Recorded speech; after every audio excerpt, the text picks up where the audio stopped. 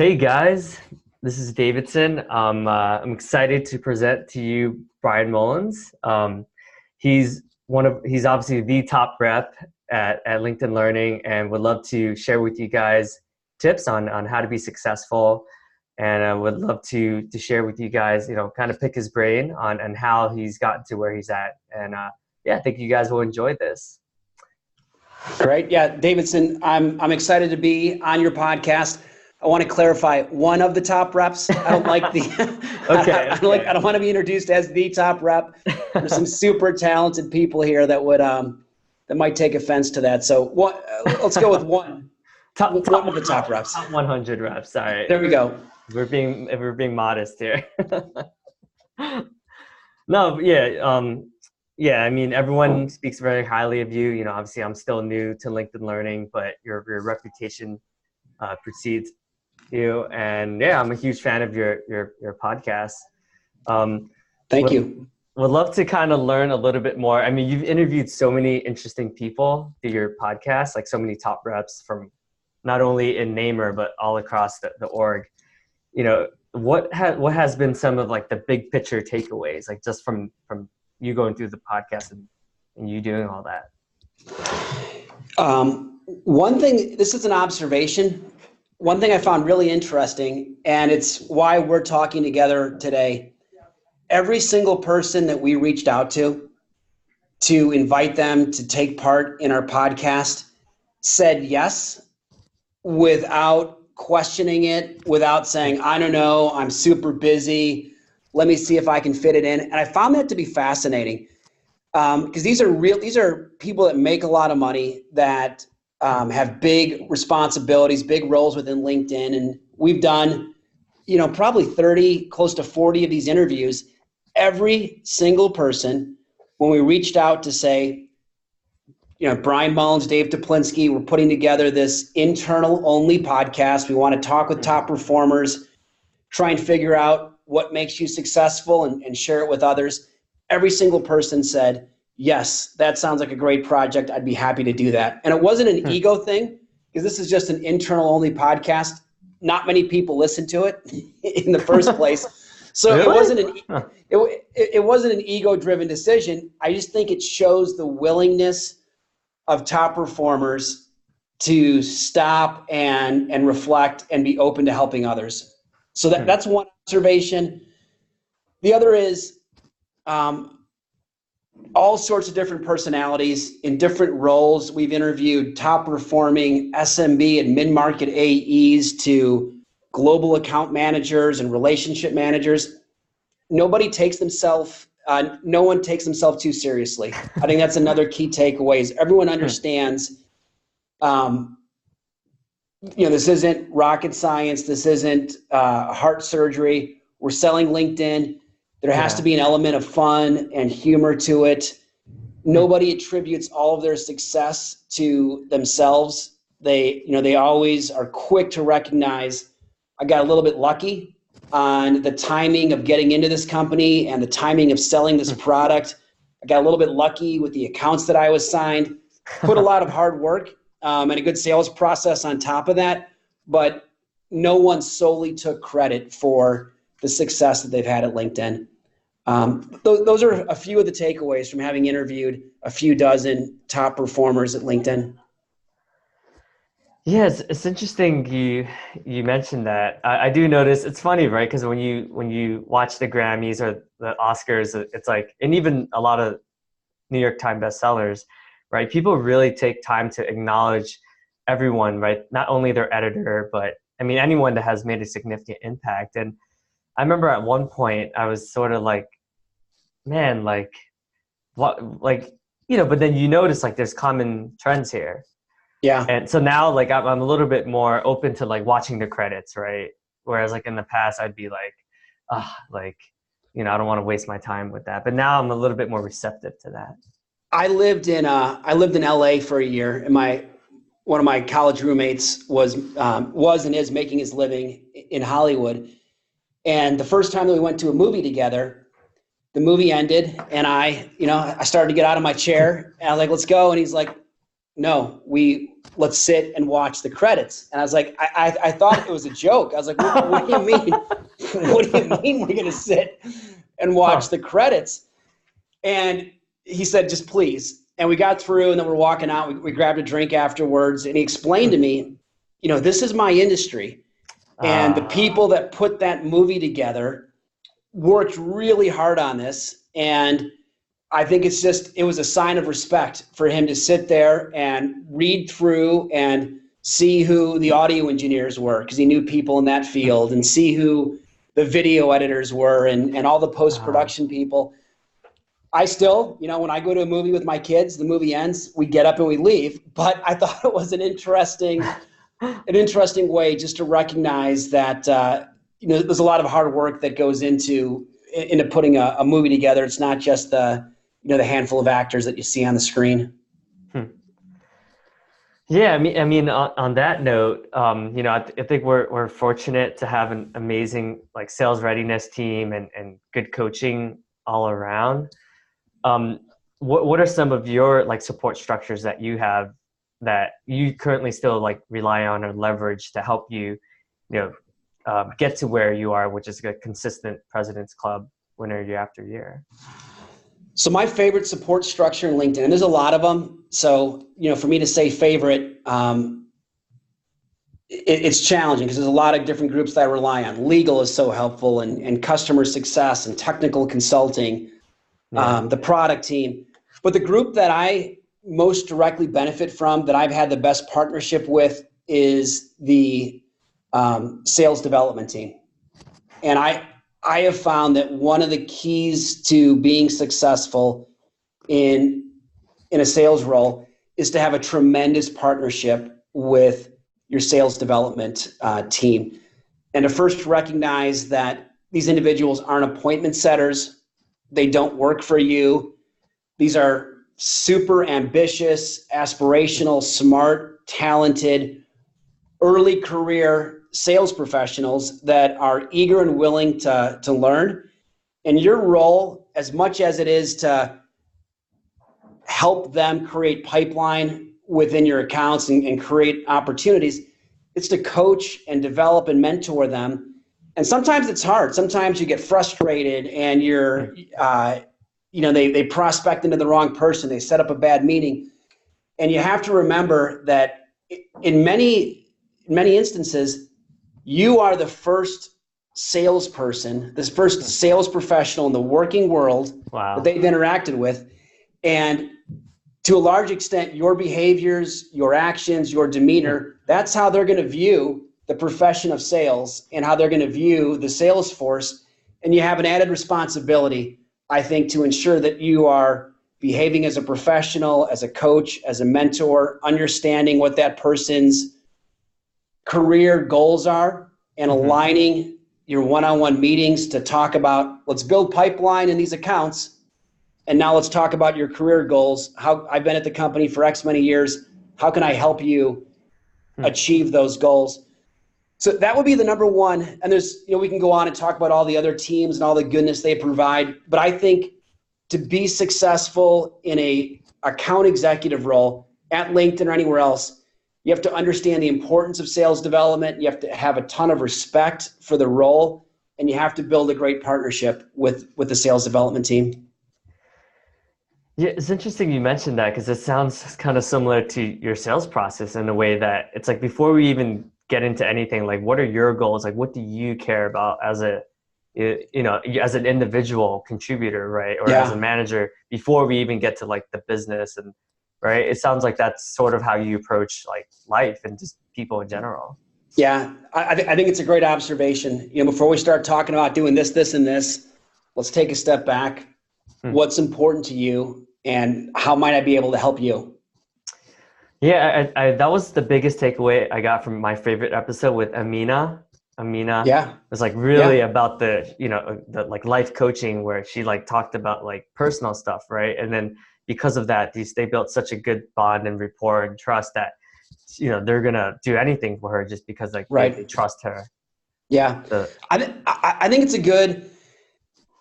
a good philosophy, a good mindset to have every day. when it comes to approaching a sales job. You know, I'm taking the L in Chicago, the subway into work, and sometimes you can obsess around your quota. You can obsess around all the follow-up tasks that you have, the sales training that you haven't completed yet that has a due date.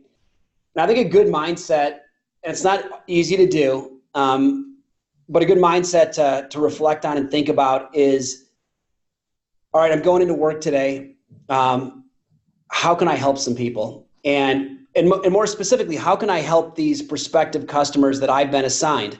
You know, I have this universe of 200 companies that I've been assigned. That's my job. That's why LinkedIn gives me a paycheck every 2 weeks. And instead of trying to assign a dollar amount to each one of them, kind of zoom out and say, okay, I've got this amazing solution that our product team has built that a lot of companies are having a ton of success with.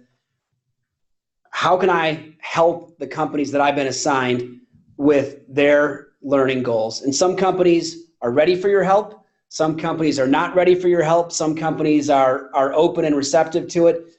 But just that idea, that mindset of, who can I help today is a good one to kind of focus your mind on. This job isn't about sending emails and about checking boxes in your CRM system, but it's also about, there's a human element to it. And how can I help the people that I might talk to today? And were you always adding value? Like even like when like early on in your career, like, or did you have like a light bulb moment or was it just gradual throughout like the course of your career? I think LinkedIn brings out the best in salespeople in having a set of culture and values that allows someone to do that. And I think it's a lot more difficult in other companies that have a much more competitive mindset, that have a much more revenue mindset, that don't have a set of cultures, culture and values that are aligned to a larger mission. And your job very clearly is create revenue. You're competing against your peers. I think it's a lot harder to be customer focused in that type of environment. And I've worked in sales environments like that. It did not bring out the best in me. And I think LinkedIn is a great fit. And the reason I've been here for 8 years and hope to spend, another 8 years here is it does bring out the best in me in allowing me to be consultative and helpful versus, just trying to push product and really focus on revenue. Yeah, that's a good point. A good example of like what you're talking about is like even for something as simple as like, I just had Garrett's onboarding last week. Yeah, and he's fantastic. He's as good as it gets. Yeah, he's amazing. Garrett's the reason why I'm here. Actually, he referred me into LinkedIn. It's unusual, and I think new hires are lucky. It's unusual to have somebody on the sales readiness team that achieved such a high level of excellence and expertise in an enterprise sales role to then take on that role of onboarding and coaching new hires. It doesn't always work out that way. And I think we're lucky in our line of business and at LinkedIn to have somebody like Garrett that's leading the way there. Yeah, he's really good. But he presented me with like the cultures and values award for like the onboarding class when there was 38 of us. And I saw that on LinkedIn. It was like a candy tray or a dish of some sort. What it was? Oh no, it's just like a glass plaque that you can stand up. Yeah, very cool. Very cool. But anyways, the reason why I mentioned that is because like most companies don't do that. Right? Like they don't give an award for like cultures and values for just onboarding for like a week, right? It's sort of like unheard of. Right. But it just goes to show that LinkedIn just really is just thoughtful and they just go above and beyond and just and like you said, most other sales orgs, like yes, like results are important. That's one of the things that are important at LinkedIn. But you see, people they spend a lot of time on like the other like transformation awards and like so much more. So it's not just about like how much money. I think because everyone's happy here, everyone like cares about each other. the revenue will come. That's why we're so profitable. But other companies have it the other way around, where it's like, hey, if you make this much money, you'll be happy. It's like, right. And a lot of companies, the only time that someone is recognized and praised and given an award is when it's results focused, and it creates a culture of competitiveness, versus LinkedIn likes to reward and recognize the types of behaviors that we'd like to see in our coworkers. So I do think that's unique to LinkedIn. I think, congrats on that award. Obviously, you came to onboarding engaged and focused and added value. So that's awesome. Yeah, you're right. It is interesting, right? Because when you first join LinkedIn, you're like, why is everyone just so nice? Yeah. Because usually I'm like the nice one, right? But then when everyone else is like as nice as you, you're just like, whoa, this is so weird. It's kind of like surreal. Yeah. Yeah. Well, I definitely want to talk a little bit more about just tips general tips you would give to, because there's a lot of new AEs, there's a lot of new people, RMs coming in, a lot of new CSMs. Like, what advice would you give to some of the new people and how to be successful in the specifically like the LinkedIn Learning division? Yeah. There's a lot of different ideas that I have. One is creating a repeatable process that is intuitive for you, that's natural for you to get prospects in the top of the funnel, and then work them through the pipeline. And it seems common sense. That's sales. You need to get a lot of stuff in the top of the funnel, and you need to work it through the pipeline. I think the key message there, though, is a repeatable process that's natural for you. And it'll take time to kind of land on that, but it's trying to create different processes, such as, I know that I have a lot of conversations like this. Follow up to a discovery call, for example. Having a really well-written template, email template, with Outlook, you can save email templates to your desktop. Having a template that can be used 9 out of 10 times to follow up to a prospect after a discovery call, where maybe you're customizing a little bit of it, but you have an attachment of the PDF, what is LinkedIn Learning Pro? You have an attachment of the content library, and then you have a summary follow-up with next steps. And that helps just manage the finite, we all come to work every day with a finite amount of energy. And if every time we talk to somebody, it then becomes a creative writing exercise, you're going to find by 2-3 o'clock, you're done, you're spent. But if you have, that was a discovery call, and part of it is trying to have a repeatable process, so each discovery call sounds more similar than dissimilar. That'd be one idea. Your follow-up emails all look more similar than dissimilar because you're leveraging a template. The demo, you have a really concise way to explain the value and the unique benefits of our solution. You're quick to recommend what the buying process should be from having worked with other companies. We've worked with companies like A, B, C, D, E, F, G, very similar in size to your organization, similar in terms of their learning goals. The way that they were able to get approval for LinkedIn Learning is they followed these steps. And then you propose what those steps are. Maybe it's just them browsing the website. Maybe it's giving them trial access. Maybe for a strategic opportunity that might be 2 or 3 times your normal deal size, you're then guiding them through a structured 4-week trial where they find a dozen or so willing participants across the business to evaluate the content and fill out a survey that you help the prospect create. Those are different ideas. A lot of those are going to apply to different opportunities, but I think the key takeaway is have a repeatable process where you're not coming into work every day thinking, I got the stuff on my calendar, this is going to be new and different. where you're coming into work and you're like, all right, I've got these 2 discos and I've got this follow-up call and I have my templates ready and I have my process for what I'm hoping to get out of this, and I'm ready to attack the day and then work with my sales development partner on trying to fill the top of the funnel and my own prospecting efforts. I think that's one of the key takeaways for any sales job, but I've found in LinkedIn Learning specifically is what is that repeatable process that I can, and it's always going to be, you're always going to tweak that process. It's going to get better. You're going to refine it. You're going to learn from your peers.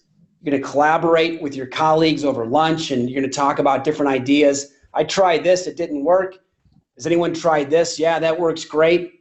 Let's do more of that and less of this.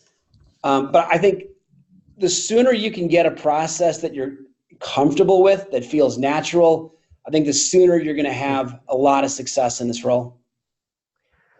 Yeah, that's interesting. So for you, like, did it take you a while to kind of like hit that like sweet spot where you're like, all right, I don't. It did. Okay. It did. I came from talent solutions within LinkedIn. So when I made that transition, my role was, I had a lot of success in talent solutions, educating the client on this idea of passive candidate sourcing, what that is, what that means, the best practices for doing it, how LinkedIn is uniquely positioned to help them, bringing in a ton of insights. We had some compelling insights in talent solutions showing a prospect how many people are going to their company page, for example, where they work right now, and the fact that none of them are seeing any career information. We could show them who was looking at their employees by company and job title, and show them that this is a huge wasted opportunity to not have employment advertising on your employee profile pages. There were like some drop dead insights that we had. So when I came into Lynda and eventually LinkedIn Learning, my idea was I was going to go in with this ultra strategic insights pitch that was, started zooming out and talking about talent and talk about talent acquisition and the connection to talent development. And I quickly learned that directors of learning and development didn't want any of it. They weren't interested in my big picture LinkedIn. I think at some point they would be once they became clients and 3 years down the line. But initially they were interested in a content library. And I quickly learned I don't need to make this job more strategic than it really is. If they want to talk about a content library and how it might add value to the new learning management system they just bought, let's talk about that. Let's dig into what you need to know about that. So it took a while. I still try and elevate the conversation whenever I can. I still try and use insights to position LinkedIn as more than a content provider. We're a strategic talent partner. And there's a lot of goodness that working with the world's largest professional network can bring to the table. Yes, but it took me a while. I mean, I openly share my first year in LinkedIn Learning, I finished 30% of my quota. Oh, wow. Yeah. Yeah, not good. Yeah. And I've since been well over quota the past few fiscal years, but it was and we were in a product transition. I'm not going to make too many excuses for it, but I underperformed. Some of it was my accounts and the product, but some of it was me figuring out how to best position Lynda/LinkedIn Learning. I mean, was there anything good that has come from that experience with LTS? Like, were you able to take some of that to help you in your role as a Absolutely. I think the benefit that I have is I have a deep understanding of LinkedIn.com. So I work with colleagues who immediately got onboarded into LinkedIn Learning, and they have a deep understanding of LinkedIn Learning, and that's super helpful to know all the nuances of LinkedIn Learning. When you sell talent solutions, you gain a very deep understanding of LinkedIn.com, why people use it, what they do when they go to the site, what's in the feed and why it's in the feed, different navigation elements. And I think it's just helpful. That's the company that we work for. That is, it all starts with LinkedIn.com. There is no sales navigator. There is no LinkedIn learning. There's nothing without first this professional network, this living, breathing network of 600 million people interacting with the site and reading articles and posting updates and updating their profile. It starts there.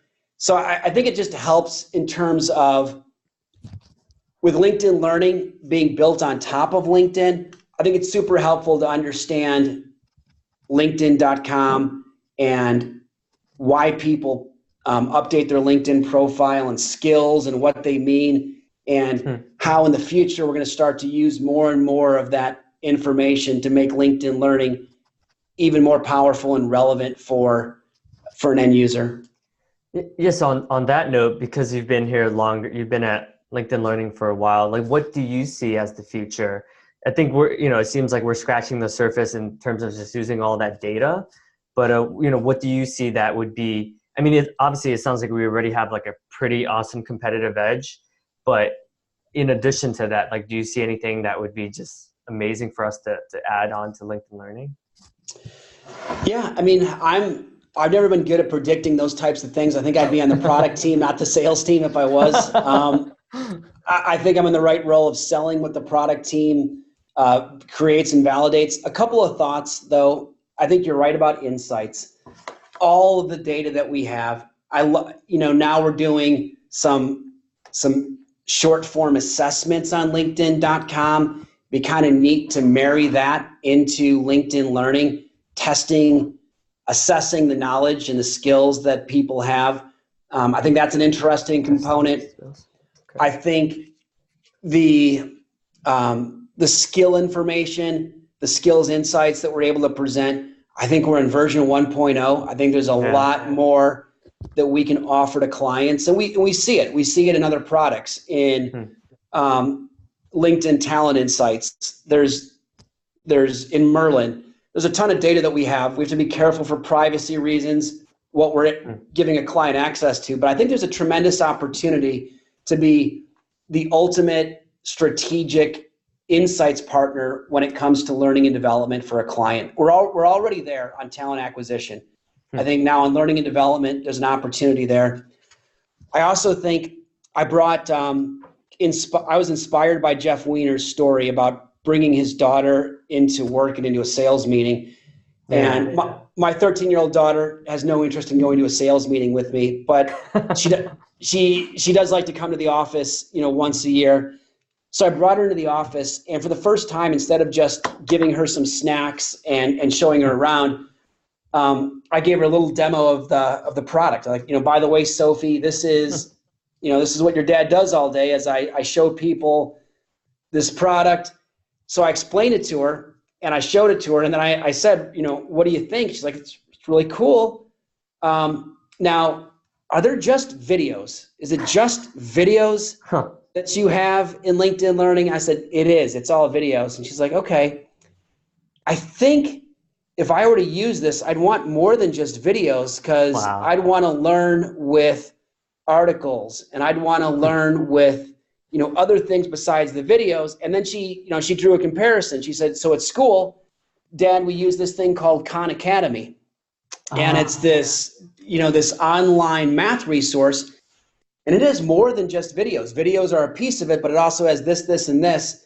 And we all talk about that. I think we're doing that now with LinkedIn Learning Pro, where our more progressive and innovative clients can upload stuff besides videos.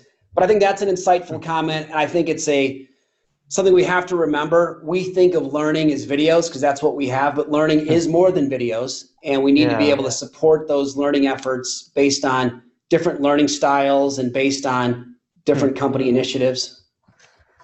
Yeah, I think I think because we have such a large reach, I think people are just social in general, right? So it'd be really cool to just have like live where, you can have like Ken Blanchard and all these like amazing people just do like a live thing where it's like, hey, anyone who's a part of LinkedIn Learning can comment and do Q&A and, and have someone maybe moderate so it's not so crazy, but that'd be so cool because we have access. we have access to so many amazing leaders, right? So it's like to be able to do that, and in the social component, like it'd be game changer. It's a great idea. I mean, we have some well-known authors, and they're trying to build a name for themselves and trying to build a monthly royalty check, kind of an ask me anything on LinkedIn Learning. You know, it would drive buzz, it would drive traffic to the site. I think that's a really cool idea. Yeah, that would be cool. And it's cool because I think LinkedIn is actually pretty receptive to feedback. Like, like Yeah. even after the onboarding, we have to answer, or we get to answer like, hey, like what can we do better? So I think that would be really cool. Yeah. Yeah, I like that. Yeah, well, I wanted to ask you a couple more questions. Sure. So yeah, I would love to learn a little bit more about, like, so you mentioned like the SD partnership is really Yeah. important. Like, how do you interact with the other departments, like not like the TCs, the CSMs, the RMs? Like, how do you go about like being able to leverage? Because I think one of the things at LinkedIn is like we just have so many resources, so sometimes like you're not really sure like where to go. So like, what's your thoughts on just like how to go about like asking for help and stuff like that? Yeah. So initially, I start with my manager. I think that is the role of a sales manager at LinkedIn, is to help navigate the complexity of all the different departments that we need to work with, whether it's product, customer success, technical consulting, engineering if something's severely broken. There's your manager is always a great starting point. The other guidance that I would provide is I took it upon myself to understand. I think it's important that we all understand what the day-to-day is like for the different teams that we're going to interact with. So it's easy for me to say and complain, I do a technical consulting ticket and take so long for someone to pick this up, and they didn't even remember the notes that I sent them on the client. And I think it's helpful to understand that this is a team that is dealing with a lot of upgrades. They're Yeah. taking all of our lynda.com clients and undoing the LMS integrations and redoing them with a new product. They're doing the same with single sign-on. So my one new business deal, while it's the most important thing to me in that moment, it might be one of 10, 15, 20, 30 projects that a technical consultant is working on. So understanding workload, understanding day-to-day before you reach out to somebody. I mean, I think it's the same with legal, knowing what the volume of contracts, knowing what the minimum dollar amount should be, where I should push back, where I should ask for help. I think that's helpful on the legal side. The CSM side, the easy answer is, as AEs, we don't have access to a CSM. There's unique circumstances of a significant pilot or a hold opportunity, but 99 out of 100 times the CSM is engaged after a closed won deal, and you need to become a lightweight CSM. They've done a tremendous job of putting up microsites and sharing a launch kit and all the resources that they would share with a client. And I think we need to get good as AEs at finding which of those resources would be helpful to send to a client in advance of it being closed won, to help the client start to think about the next steps. So those are kind of the major teams that we interact with. Legal sometimes, technical consulting often on the enterprise side. CSMs post closed won. Those would be the key teams. And there's insights, based on very strategic accounts, leveraging, going beyond Merlin. But even then, I want to make sure that I am not getting lazy and reaching out to insights just for something to do. I want to have a deep understanding of Merlin and knowing what information from Merlin is meaningful, what can I pull myself, and making sure that I'm getting the most out of Merlin before I'm reaching out for a custom insights project, for example. Yeah, it's interesting you mentioned that, because even your approach and like knowing exactly the day to day with a TC or like an insights analyst, I feel like that's probably how you approach your prospects, right? Like, what is a day in the life like of like you as an L&D trainer, organizational development Yeah. manager, right? So that's really cool. That's a good takeaway. And it's interesting. So during Garrett's training, we had a lot of the executive leadership team come and talk to us. But it was funny because similar to you, before they pitched us or said anything, they went around the room and asked who everyone's role is, what region they're from, and it was just like the same sort of mentality that it seems like LinkedIn just drills into you. And it was funny because every single executive, we had to go through the same thing. So, so after Yeah. day 5, you're like, Garrett was like, all right, guys, like roll call, show of hands, how many people RMs, how many people Asia Pac, how many Yeah. people, and it was just hilarious. But Yeah. it really just goes to show you that like LinkedIn really trains you to just be so compassionate that, before you even say a word, like, hey, what do you do? What do you care about? How Right. can I help you? And it's Yeah. awesome. And it's just seeing that everywhere is just amazing. Like, it's such a valuable skill. Yeah, I agree. That's cool that you had that experience. And I bet you it was not a coordinated or a planned thing No. from I bet it was just this organic thing that just happened as the executives came into the room. Yeah, yeah, it was organic, and it was just funny because like I would look at Garrett and he would be like, "Oh, not again," and and it was funny because it would take like literally 10 minutes, and they would be scheduled for 30 minutes, right? So it would take like them like a good chunk Yeah. of time, but it just goes to show like how much they care about each individual person before Yeah. offering insights, right? It's like Yeah. you want to know your audience first. Yeah. That's great. That was funny. All right, and last question for you. I know I asked you all these serious questions, but would love to hear like a funny story from maybe a client loss or a lost opportunity or even a win that because I think in sales sometimes we just encounter like just ridiculous situations. So Yeah. would love to from your experience at LinkedIn or even beyond that, anything that. Sure. I don't know if I have any really funny LinkedIn learning sales stories. A humorous one on the when I was in Talent Solutions. So part of the sales process in Talent Solutions, we have this tool called LinkedIn Recruiter that would give a recruiter the keys to the kingdom, so they can search across every single person on LinkedIn.com, and they can do deep searches based on job title, industry, skills, education. It's an incredibly powerful tool. So as part of the sales process, we would do a live demo of LinkedIn Recruiter. And we would always ask the prospect to put us on the spot, because if someone said, I'm looking for, a jet propulsion specialist, they were always blown away that we have 64 of them. They could get as specific as they want. So it just became this thing that I did, several times a day, every single day. And I was talking to a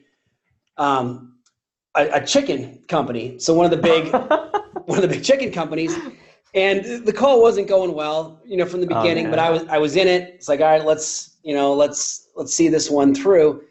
So I pull up LinkedIn Recruiter and I went through my normal pitch. Like, why don't you give me one of your tough to fill roles? Like, what is a job title that is challenging? And let's take a look at the LinkedIn network. And someone just, said into the phone, deboner. And I said, I'm sorry, I didn't get that. What's the job title you want me to look for? And they said it again, and it was a Southern accent. I was like, deboner. And I was awesome. Like, you're gonna have to spell. I'm not familiar with their industry. You have to spell it, and it was EBONER. And it turns out that it's somebody that takes the chicken meat off of chicken bones. That's a deboner. That didn't work really well, and then it went to kill room specialist was the next title. Like, this is wow. This call. Like, I'm used to getting data scientist and Python engineer, and I'm searching LinkedIn for deboners and kill room specialists. Wow. So got a chuckle out of that. That was one of the more humorous. Did not end up winning that deal or selling that account. It's funny. I actually had someone that reached out to me. It was like, hey, I want to give LinkedIn props because like you know, I've been searching for agricultural jobs, and you guys have significantly added a lot more agricultural jobs into your, you know, as opportunities. So thank you for that. And I was just like, that's the most random email I've ever received. But Well, but it's true. I mean, the LinkedIn 10 years ago was a professional network. You're going to find professional jobs, but it's expanded tremendously. And I had successful clients in talent solutions. I had a HVAC company that said they've never found a better solution for finding plumbers. wow. And they loved it because when they found a plumber on LinkedIn, they automatically knew this person had this level of professionalism.